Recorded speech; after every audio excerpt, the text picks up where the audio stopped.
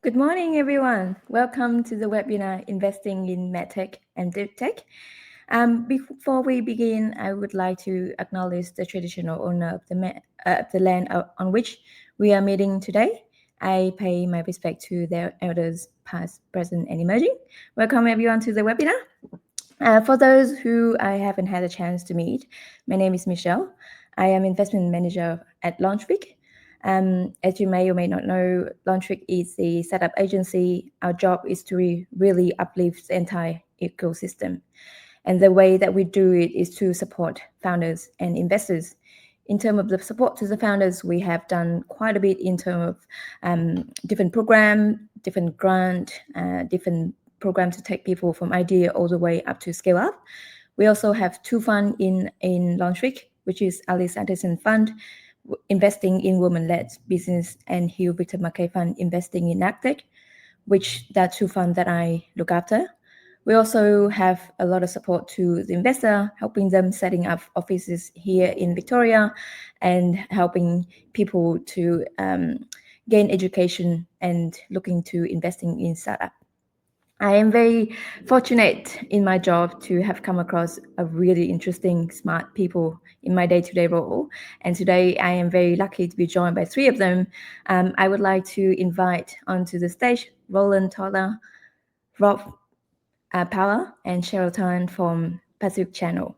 Welcome, everyone. Hello, welcome. Hello, Thank you. Thank you for joining me today. Really appreciate you taking the time to share with us your, reveal a little bit secret behind the curtain, a little bit about, investing and what you look for in investing in deep tech and medtech. I won't steal your thunder. I would like to hear a bit about your role and Pacific Channel, if that's okay. Yeah, I probably can start. I'm one of the partners of Pacific Channel. We have current 5 full partners managing the fund. We have currently 5 funds under management. We focus on empowering great people, solving hard problems for a better future, and hopefully with high returns. That is our major focus. We have 4 deep tech funds, which is Fund 1, 2, 3, and 4. The 4th fund, I'm very, very proud to announce that, was officially launched this morning. Thanks to LaunchWeek. That is our Australian fund, which is earmarked with 50 million. We are in the process of raising funds in that space. Our first fund was a pre-seed fund with 15 million, founded in 2004. Fund 2 is a pre-seed to a Series A fund, where we have pretty much invested most of the funds, other than holding back for follow-up investments into portfolio companies. That was earmarked with 55 million. We have a Fund 3 where we currently actively invest out of New Zealand, which is earmarked for 75 million, currently at 55. So we have 125 million under asset management. We're very proud of having 11 successful exits already. So our LPs love us. We have currently 67 portfolio companies, a proven team, because we really focus on technology, deep tech, and therefore scientific and technology understanding. We want to fully understand IP, want to fully understand the technology behind a company, their competitors, the competitive landscape of the market, their potential of how successful they could be in a market. Is it a better mousetrap, or is it really something disruptive? We have global experience. All our partners have been involved in companies, have successful exits, and also dealt with corporate multinationals. So we talk commercial, we talk founding, we talk company building, and we talk also commercial and financial. Can I get a next slide? Our key areas of focus on the 4 deep tech funds is health, food security and quality, as well as environment. So we have a strong focus on health. whereas we are not very much involved, or not at all to the extent of therapeutics, because we consider our fund as too small for that. We focus on MedTech, medical devices, medical technologies, diagnostics, theranostics. Happy to explain that later on if there are questions of. Is very exciting because that's an enabling technology to drive molecular therapeutics. That's something what we are very keen on. Food security and quality, we have a range of companies from genomic analysis to water improvement to disease control, as well as breeding and quality of proteins and so forth. Environment, we actually have active investments in regenerative energy, but also environmental driven solutions to replace toxic ingredients as currently used into more friendly ones. In all of the three verticals, we have successful exits. And happy to have more detailed discussions if you like to. I think we leave it at that. Rob. Thank you, Roland, for that introduction. Rob Powell, I'm the Chief Investment Officer at Pacific Channel. So beyond the selecting of suitable investments, I play a role in defining our strategy and ensuring that we have a balance between our verticals within our portfolio, both the type of investment to ensure that we have a bit of a good spread over different markets, but also the stage of investment. Cheryl. Thanks, Rob. Hi, everyone. I'm Cheryl Tan, Senior Investment Associate. Been with the firm for a couple of years now, and I've got a neuroscience background, and my introduction to venture capital and I guess DeepTech land was actually through doing a little bit of work for one of Pacific Channel's portfolio companies. It's a Fund 3 investment, so it's a New Zealand MedTech startup. I guess the space and the pace at which things move fascinated me, so that prompted my transition out of academia, and here I am. Thank you very much. Honestly, every time I speak to any of your team, I just get more and more impressed of things that you do and the thing that you look at. It's amazing. It's really life-changing. So the format today is Ask Me Anything. So obviously, that would be audience throwing question at you. But for everyone, for the benefit of everyone on the call, we have about 105 people registered today. So please keep your question to be a bit more generic. Please refrain from asking questions like, would you invest in my startup? We would not put Bob and Roland and Cheryl on the spot to do due diligence on the spot. So if you'd like to take that offline, that would be great. But keep the question about, the general direction or what you think gets investor. That would be quite relevant for everyone in the call. I would like to start off since I have the mic, and I also have a million questions that I want to ask. So when you think about evaluating early stage startup, what are the top 3 things? So obviously, I understand the whole due diligence process takes months. But on the top of your head, what are the most important things? Tell us 3 things. I'll give you my. Oh, sorry, you go, Roland. Just briefly, and then please the team comes in. 3 bullet points is science, engineering. Is it working? Is it clearly de-risked from a path? Is the IP enforceable, unique, and commercial usable? As well as, is there a real market pool? This is what I meant with a better mousetrap or really disruptive possibilities with a clear economic case and path to adoption. Cheryl. My top 3 would be, how painful is the problem that you're trying to solve? And that feeds into Roland's previous comment about market size, market pool. The second one would be, does the founder have the chops to assemble the team and execute on delivering the product and the commercial strategy? And then the third one is, how easy is your idea or your product?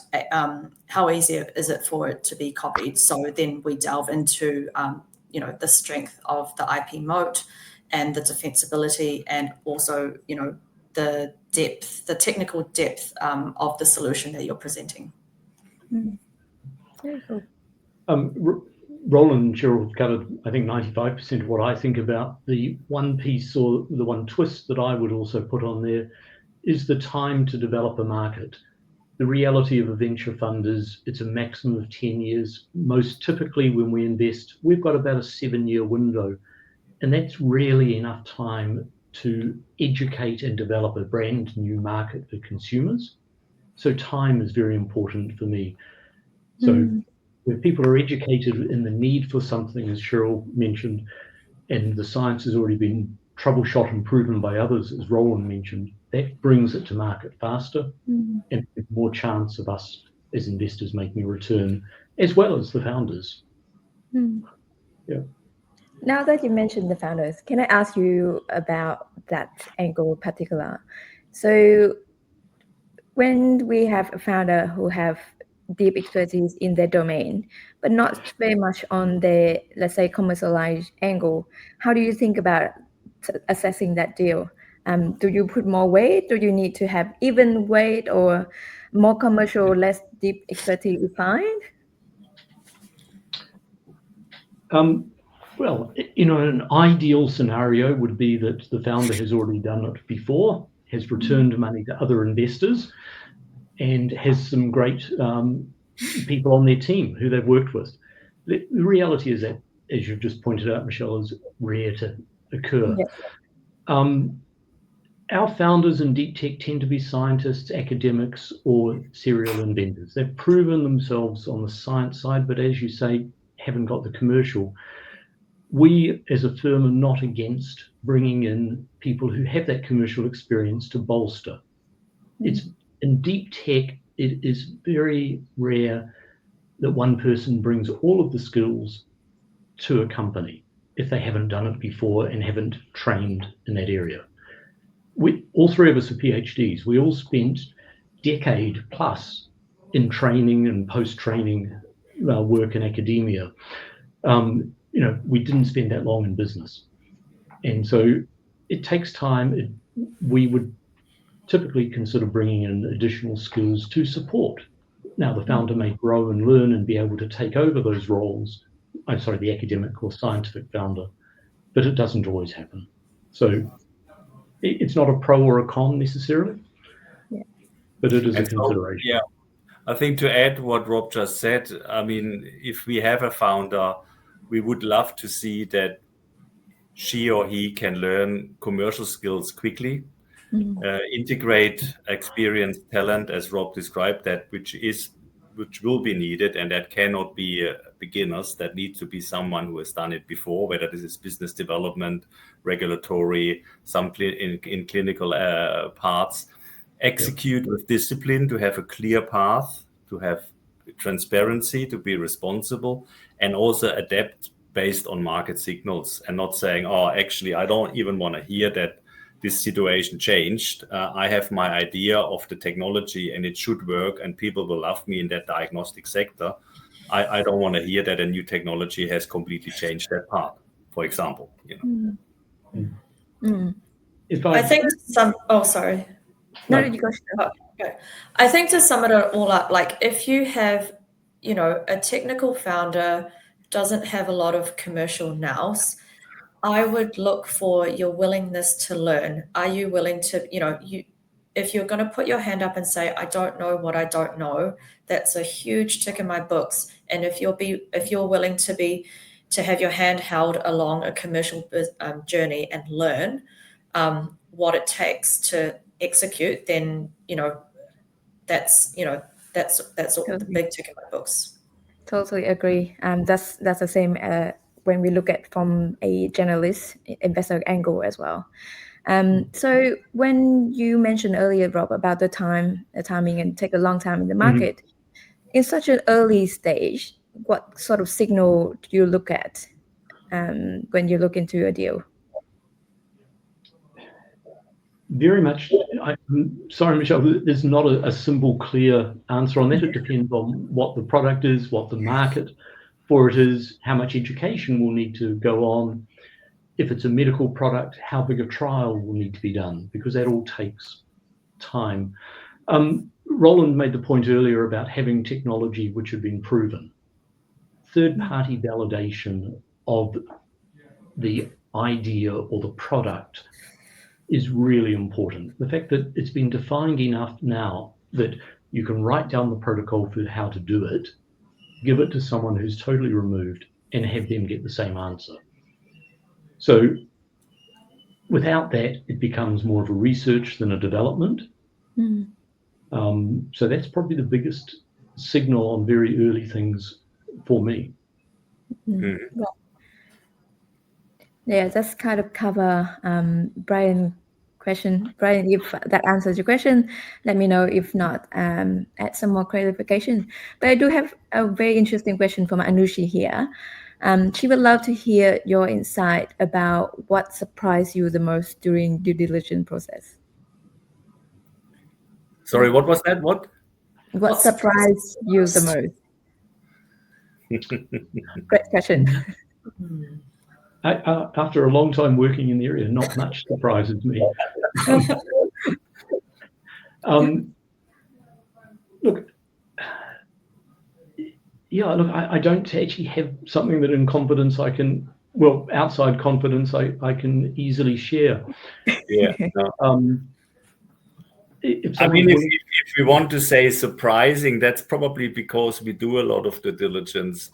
Sometimes it's still we come across early stage companies where you immediately have the feeling, and that's not negative, don't get me wrong, but you see they have produced a solution on a technology, but have actually no idea who may use that solution.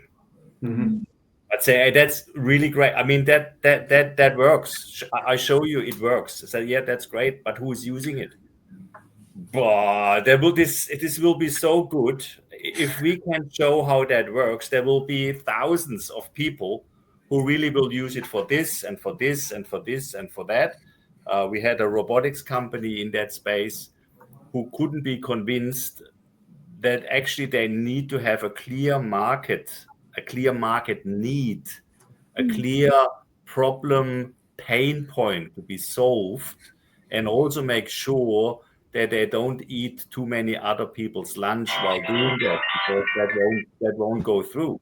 So a solution on its own, that's still for me surprising that sometimes it seems to be enough and exciting. It is exciting, but from an investment point of view, certainly not good enough.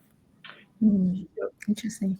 Roland's point there, I think, and I'm jumping back a little bit on the previous question. I think one of the hardest things for the scientist or the technical founder to appreciate is the benefit of all of these other skills in making an entity which can rapidly advance. The willingness, as Cheryl and Roland both pointed out, to take advice from others. It's not a sign of weakness. You've got your area of specialty and you're obviously really good in that because you've got something that we've trusted enough to want to fund. But don't assume because you've been really good as an academic, for example, you've become a professor, you've got 100 papers, that you will be good at other things that are needed. And Roland's mentioned reimbursement for clinical products, trial design. There are many things that have to come together. Money is one of them, but it's not the sole one. I think the idea. Yeah, great. Rihanna here have very interesting follow-up question. And sorry, I jumped back to my previous one about the founder with commercial versus the deep expertise now. Actually, Rihanna follow up with the reverse side of that. With the AI reducing a lot of barrier to entry, we're getting a lot of people, especially younger people, building MedTech and DeepTech without a lot of PhD or technical capability. How do you think about that? How do you show the technical capability without a PhD?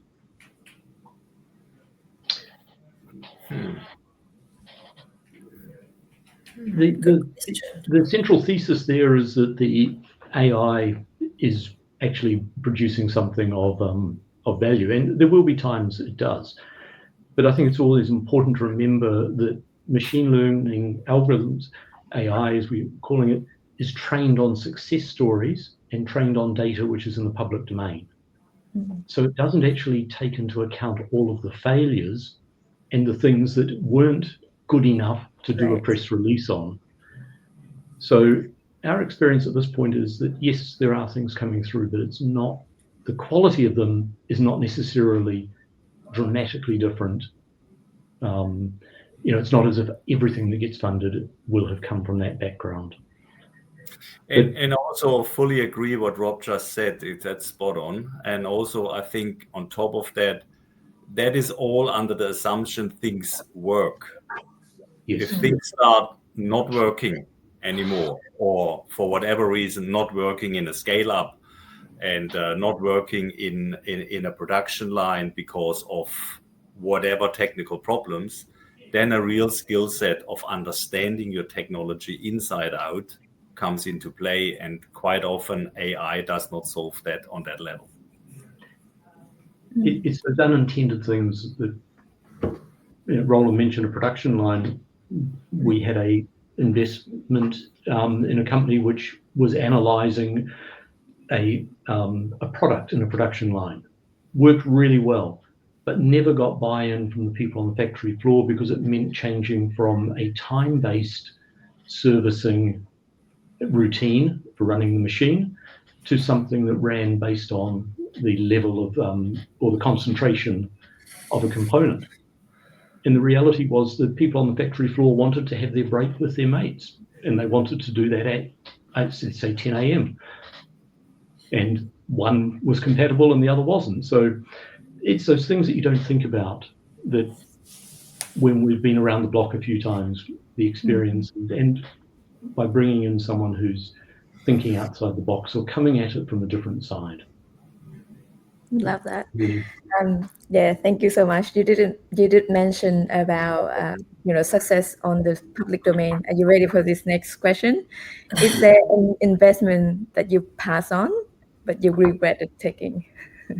If so, what was the reason that behind the passing? Oh, well, not one. I think we all have, yeah. There's a simple range. We are very open with that. You can see that we have in our portfolio clear failures, companies who didn't succeed. And I mean, that's a no-brainer that, of course, in hindsight, we regret the investment. But it's a natural thing that not every technology will succeed. And we will be very open with analyzing it. What went wrong and what can we improve. To a large extent, it was HR people. What we can say to a minor extent was the validity of IP, or as you will see in DeepTech often, unfortunately or fortunately, because that's the future as well, that new technologies revolutionizing even young technologies where you think, oh, well, that's amazing. Just to give you one example, microarrays were 15 years ago the most amazing, highly parallel diagnostic devices. Since we have single molecule sequencing, they're dinosaurs. It's similar to the photography, where you had your Kodak films and your Fuji films. Many years back, some of the younger people don't even recall that anymore. And then you had a digital camera, and overnight Kodak films were gone, So it's not, and Kodak film were not all of a sudden bad or had bad quality. No, the technology moved on. They were not required anymore. That's a risk. And of course, in hindsight, I think regretting is one thing. In hindsight, my standard mantra is, in hindsight, everyone is smart. Yes. It is as important. I live really the art of war, Sun Tzu, as much as I can. Be prepared for the worst and then actually execute. If I do an investment, I always, no offense to any company I'm investing in, I love them dearly, but I always look at it and say, all right, for a minute, I assume this company will fail. And I have to face my limited partners in 2 years' time after it failed. And they ask me, why the heck did you invest? Obviously, 2 years later, everyone is smart. I could have told you that this will be failing. can I still in 2 years' time say, well, at that stage where we invested, I would still do the same? Or do I have today already points where I think, where what we often discuss, is it from the dynamics really, that's risky? Do we take that risk and for what reason? But if I can say in hindsight, yeah, knowing what I knew 2 years ago, I would do exactly the same, then I'm fine. Yeah, I love that. There's a difference between the right decision-making process and right outcome. Yes.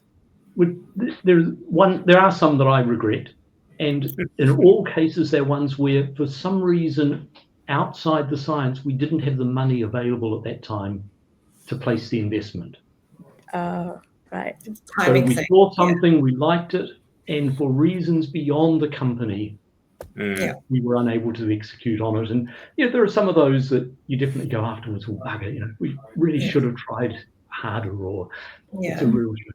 But sometimes the stars don't align and the timing doesn't work out, and it is what it is. Yep. So but that is also the nature of the game. Yes, that's nature of investing game. Paloma, I have $1 million question here. How do you approach pre-seed DeepTech, where the technical risk is naturally higher, but the capital is needed to prove that tech and de-risk the science? So how do you balance that out? How do you think about underwriting at that early stage?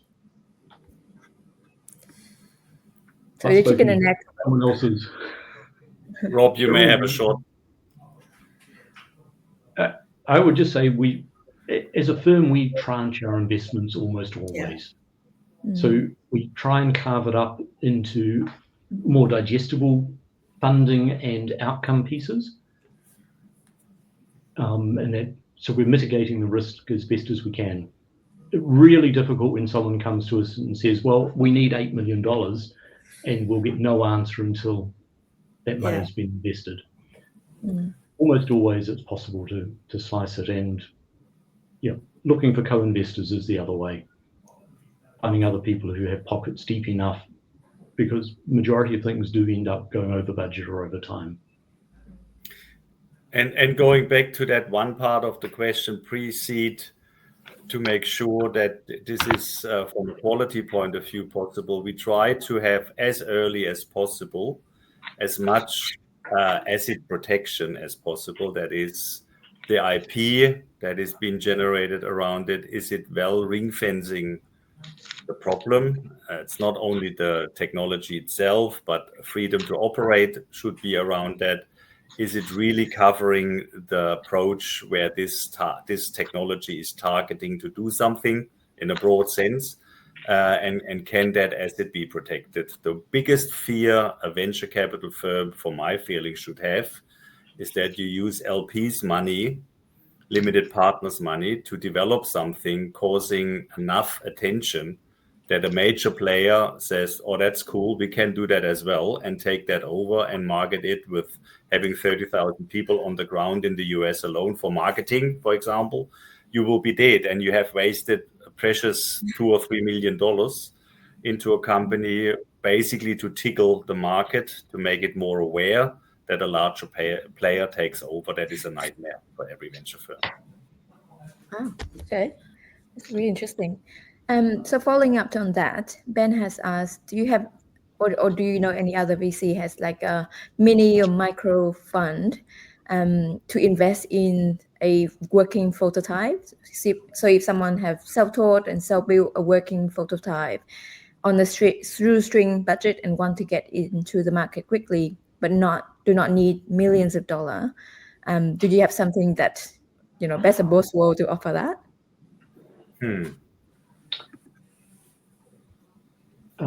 We don't play in that space, and if it really is that cheap, it probably doesn't fall within the strong IP protection area that we as a firm operate. That sounds more like a generalist type investor. Maybe an angel who really loves that space. Great. Yeah, totally fair. Can I just quickly jump back to the first slide when we were talking about the fund, Julian wanted some clarification, or how do you divide your investment fund between MedTech, therapeutic, and DeepTech? Regarding therapeutic, are you agnostic to any disease and modality, or what is your preferred stage of development? As a rule, we actually don't invest in therapeutics very often. And that is not because as a group we don't like them, but the size of the funds we have under management are really insufficient to get it far enough along to be comfortable that we can get a return. It's purely an economics decision. You need to have a lot more money. Look at what Brandon has to deploy, or main sequence. It's a huge amount of money relative to what our firm has. Interesting. I love this question from Andrew. Are there any early traction signal you come across that is underrated? So any rare tip that the founder don't normally know? Early traction signals.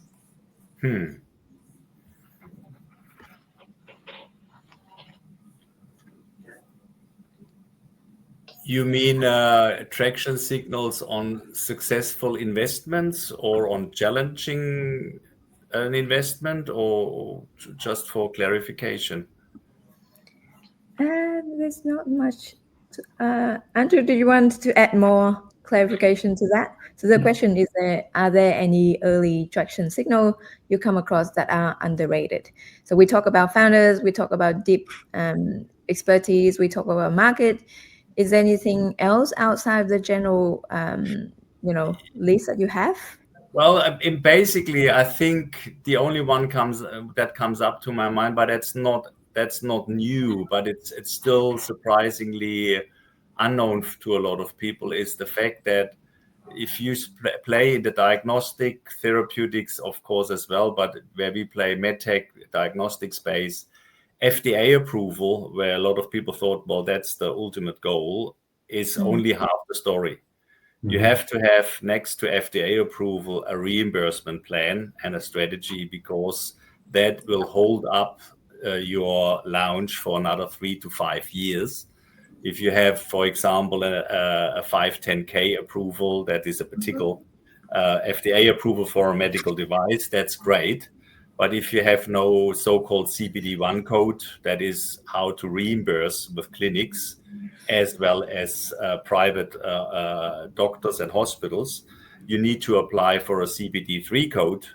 And that is a research-driven one that will take at least 3 years. And then most of the insurances in the US will not reimburse you on a CPD3 code. They will wait until you have a CPD1 code. And that CPD1 code will only happen if an institutional entity like the Radiology Society of the United States recommends your device. And then finally, AMA is filing a CPD1 code if you have nothing to hitchhike on. And if this is the case, you have all of a sudden a 5-year delay before you can add to the market. So cut a long story short, we completely moved away from FDA approval is the golden goal. FDA approval in combination with a reimbursement and a filing process that should go hand in hand is for us what we look for. Yeah. You basically, like in MedTech land, you basically don't really have a sustainable business until you have that CPT code that can be reimbursed, and you've got that insurance coverage. That's so interesting. That will drive provider adoption. Right. So between even you get the approval until you get the code approved, you basically still rely on the investors' investment or any other capital stack. Or you can have that something we carefully look at. If you have a device that has something similar in the market, and what we call where you can hitchhike on, that means you can actually apply for a so-called predicate with FDA and say, all right, I have a CT scanner that's brand new, point of care, but it is in principle similar to the GE Healthcare scanner XYZ. if FDA approves / accepts that this is a predicate, a comparable instrument, you may use their CBD1 code for the time being until you have your own one. That means you have these 3 years covered in hitchhiking. You may not get your full reimbursement, but in hitchhiking that part until you find. That's really interesting. I think Alex has a question that's sort of aligned to that. Ooh, do we still have you, Roland? I think you're a bit frozen. Yeah, I think I was frozen. He's back now. Yeah. Okay, great. So Alex has a question that's sort of aligned to what we just chatted about. For a platform technology with several potential applications, what are some effective ways to pitch the broad, diverse potential while still demonstrating the target or the beachhead application there? Very good question. I'm not going to answer the question, but I'm going to say that this is one of the hardest things for a technical founder in DeepTech to understand.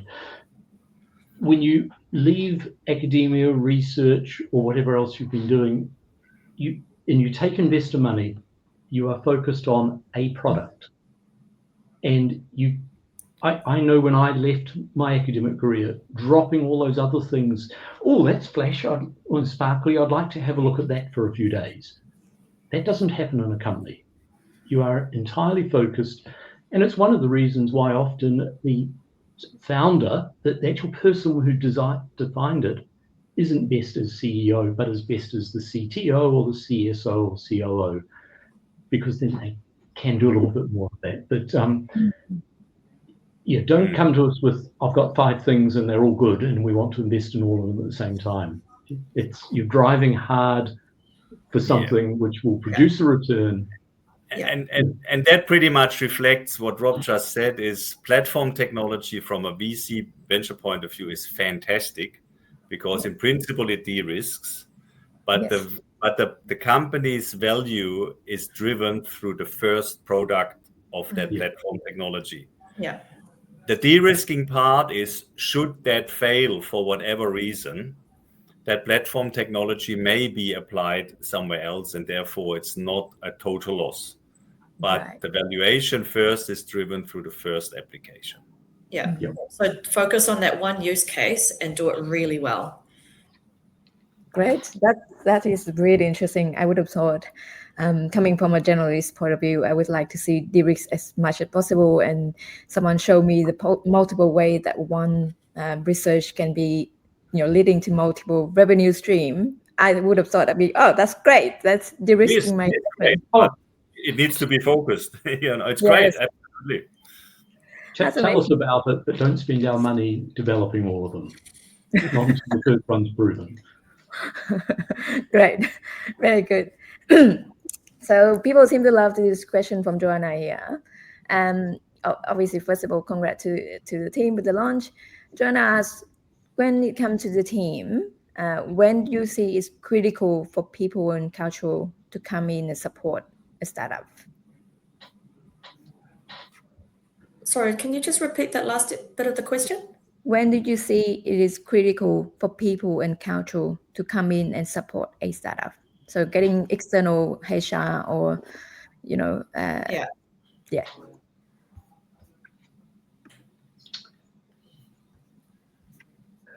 I'm actually going to say that probably as early as possible, once you've identified the gaps in the team that you need to fill, because ultimately that sets the tone and the culture for the journey that you're about to to embark on. That's right. And also very early, I think there are areas where you need professional help other than you are an IP attorney yourself. For example, on IP filing, freedom to operate analysis, third-party analysis of robustness of your IP, probably also having a first glimpse, if you have a medical device, what is FDA expecting? And a lot of startups, and that's a natural human thing, assume because they Googled it, it probably will be this and this and this. And you hear that a lot. I think it's this. Make sure you're right. Talk to people who have done it 5 or 10 times or more. these are consultants out there, or even reach out to FDA staff and get help from them. Don't assume, make sure that your assumption is confirmed. Otherwise, you may have a surprise. Therefore, very early get support. Great, thank you. I've got a question here from Kim. So correct me if I'm not getting your question right here, but the question is basically asking which is more important, either your own due diligence as investor, or to something that the founding team can convey you or convince you of their idea. Well, basically, we are, and team, please come in. We are very driven through science expertises, and we know what we don't know. That means we ourselves have an enormous pool, or you can call it network, to talk to specialists, whether this is in clinics, regulatory affairs, approval, scientific hardcore technologies in genomics, proteomics, what we are maybe not covering, AI, you name it. So we have actually a solid base of people with extensive expertises. So we trust our due diligence the most, to be honest. If there is an independent document showing A, B, C, or E, we certainly look at it and reflect it to our own findings. Yeah.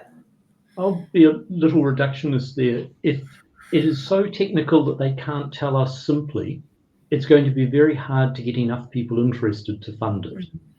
It is very rare for one investor only to be able to put up all the money, or to want to put up all the money.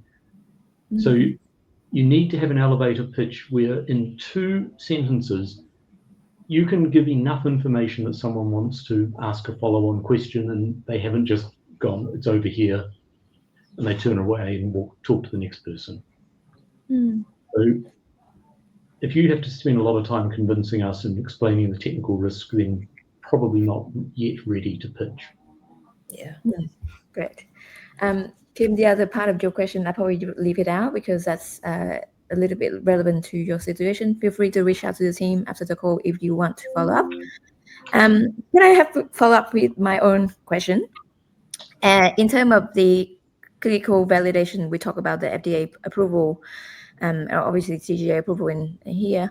What level of phototype and clinical validation or scientific data do you need from the founder when they even think about pitching to you? How early is too early?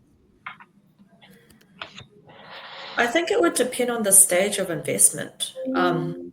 I've got an example from one of our New Zealand portfolio companies. When they received investment from Pacific Channel, they had already done proof of concept in animal studies to show that their device had worked. So that was a seed investment. At like a Series A, I would probably expect that you have, if this was an introduction to a Series A company, I'd probably expect that it works in human. Again, let's just say it's a MedTech company. I would expect that it works in human, that it's got FDA clearance, and that you've probably got some evidence of sales or some sort of evidence that you have a code that's going to get reimbursed against. Very good. So as a firm, we have invested from having an idea internally and taking it to a university and saying, is there someone who can help make this reality? Right through to opportunities where they have several $1 million of sales and they're looking to expand it. So, that's actually a really hard question to answer. Most investors have a window where they prefer to operate.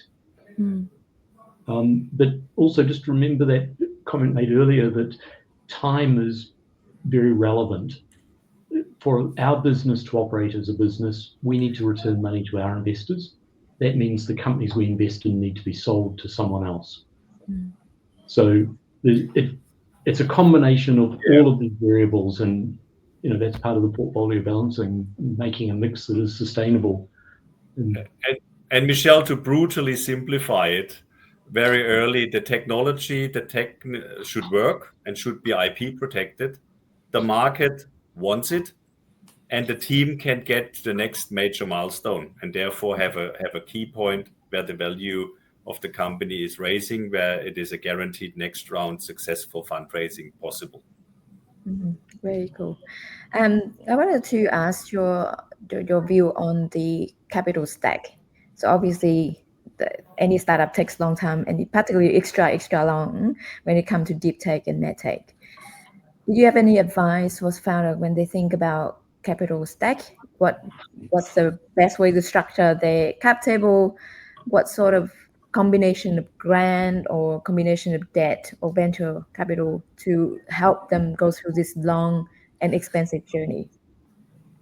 In a deep tech part, I think it is very important, and some mix too much plain software companies with true deep tech companies.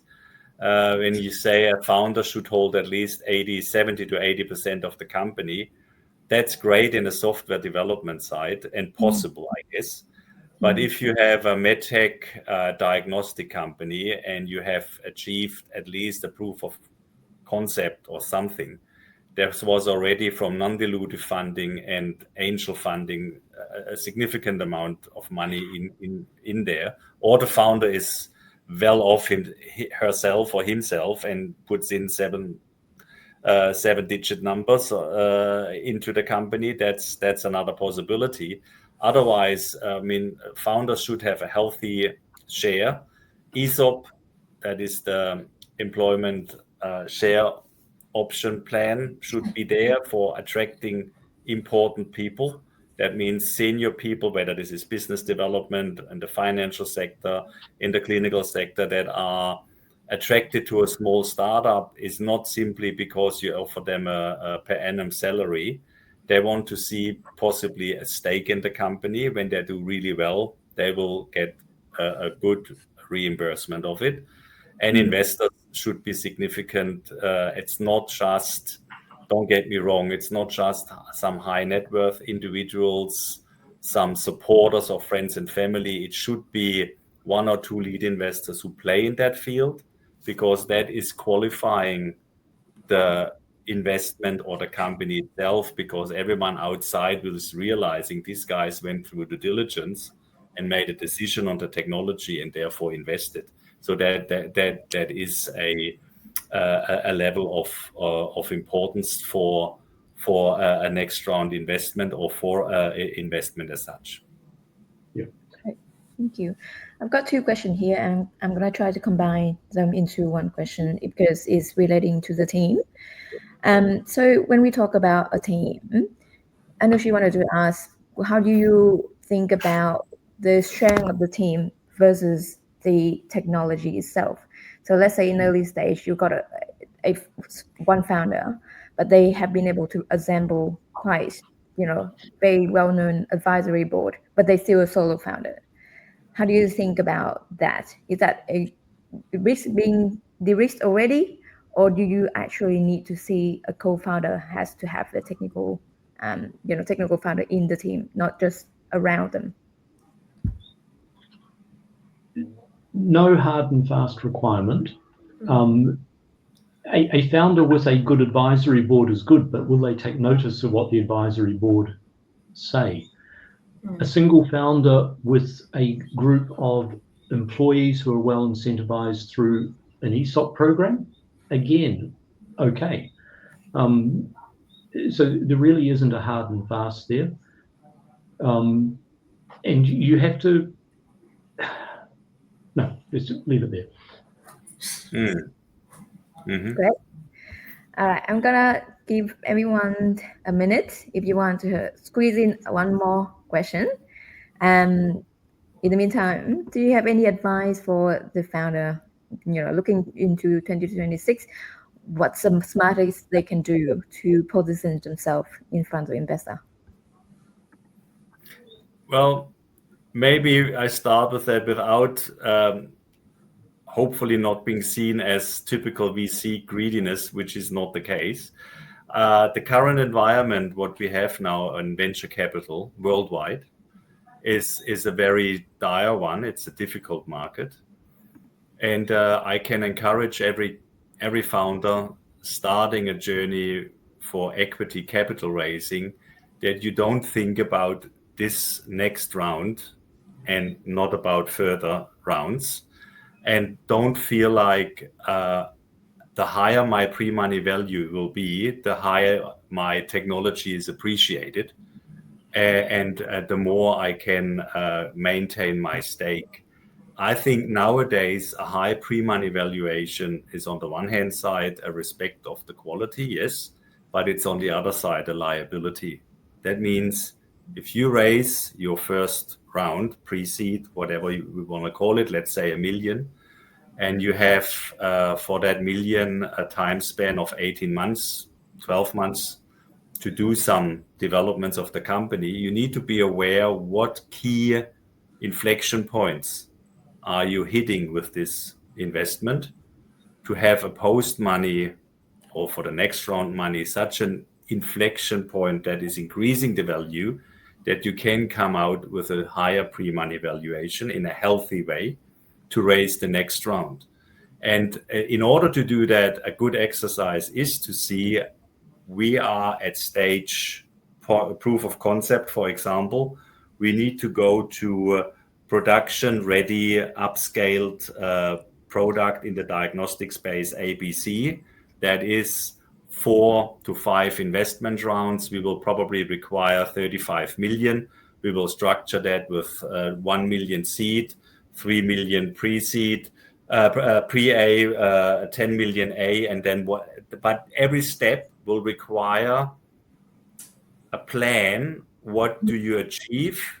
A timeline, a critical inflection point to go out in a coordinated way with a higher pre-money valuation that is not ridiculously out of scale.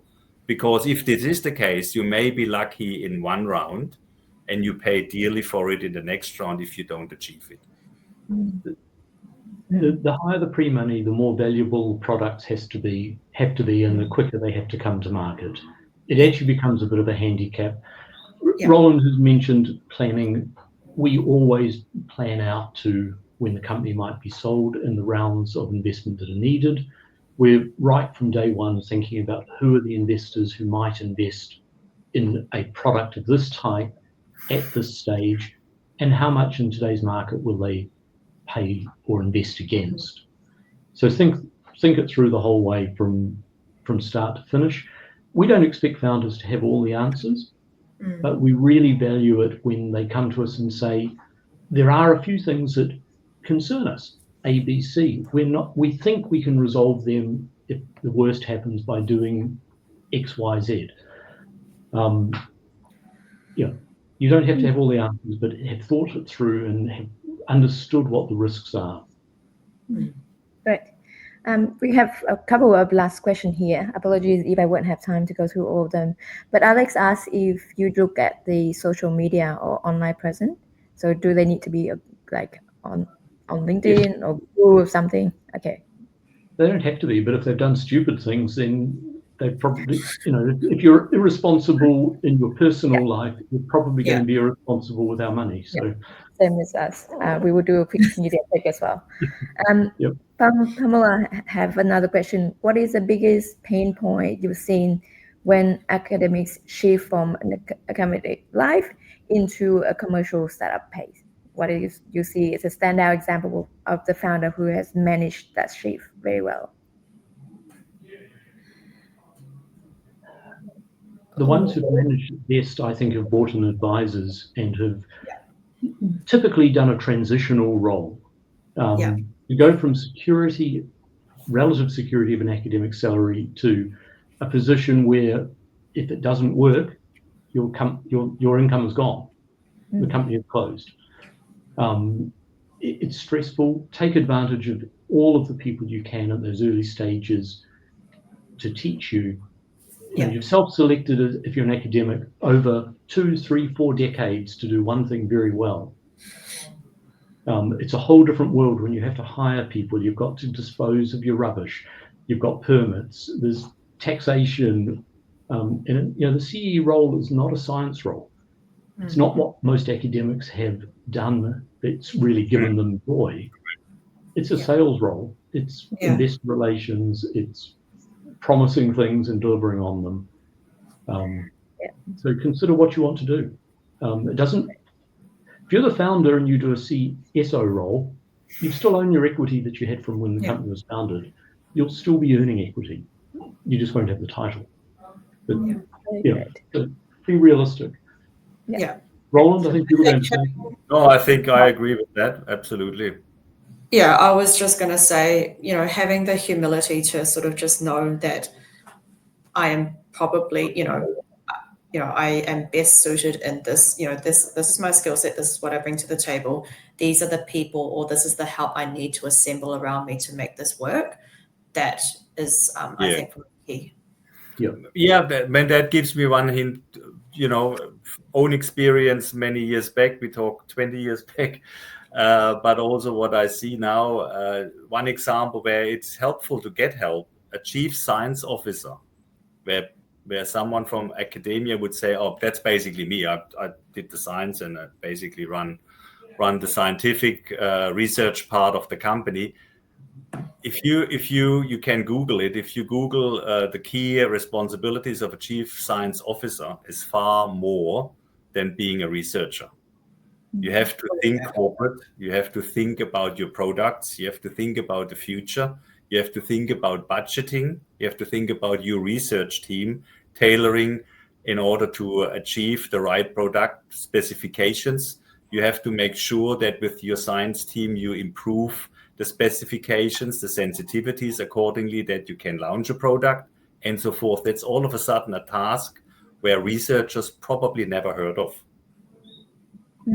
Great. I want to squeeze in one last question. So we touched on multiple times on the time in the market and timing the market, but Dan has a follow-up question about, do you adjust your investment risk appetite when it comes to economy or recession? So do you adjust in time with the market as well? Well, go, Rob. I was going to say yes and no. I think it would be lovely to be able to, but we promised and we signed legal contracts with our investors as to how long we would have access to their money. So it's a nice idea, but there are constraints. And also maybe I can add to, we are, because of trying to be science, technology, and fact-driven, we want to avoid FOMO as much as we can, and we normally do. That means if there is a panic that all of a sudden this life science space is a no-go because of some failures in the US, and that is boomeranging all over the world, that doesn't hinder us to see there are really good assets. There's really good potential, and in 3 to 4 years' time, the market will be different anyway. That would not give us the alarm bells to drop everything now in that space, because currently it is a worry because of whatever failure. We're not working like that. And just to add there that what we invest in most typically will be sold by trade sale. It is historically very hard for life sciences to do well by listing publicly. And a lot of that's got to do that after they list, you need to have positive news that inspires public investor confidence at least every quarter. And most life science companies just don't have that depth of positive news that they can spin out for 18 months, 2 years after they list to keep the price high. And if the price doesn't stay high as an investor, you can very easily get caught in a blackout period where you can't sell your stock. So, yeah. Very interesting. Thank you so much for your insight. We unfortunately at times, and I know that we can keep chatting until the cows come home. All of you, often I see the Pacific Channel team at a lot of events. So if you have further questions, feel free to just grab them and ask your questions. Other than that, feel free to reach out to them to LinkedIn. Thank you so much, Bob, Roland, and Cheryl, for taking the time to share your insight with us. Until the next time. Thank you. Thank you, Michelle. Thanks everyone for tuning in. Thank you. Bye. Bye.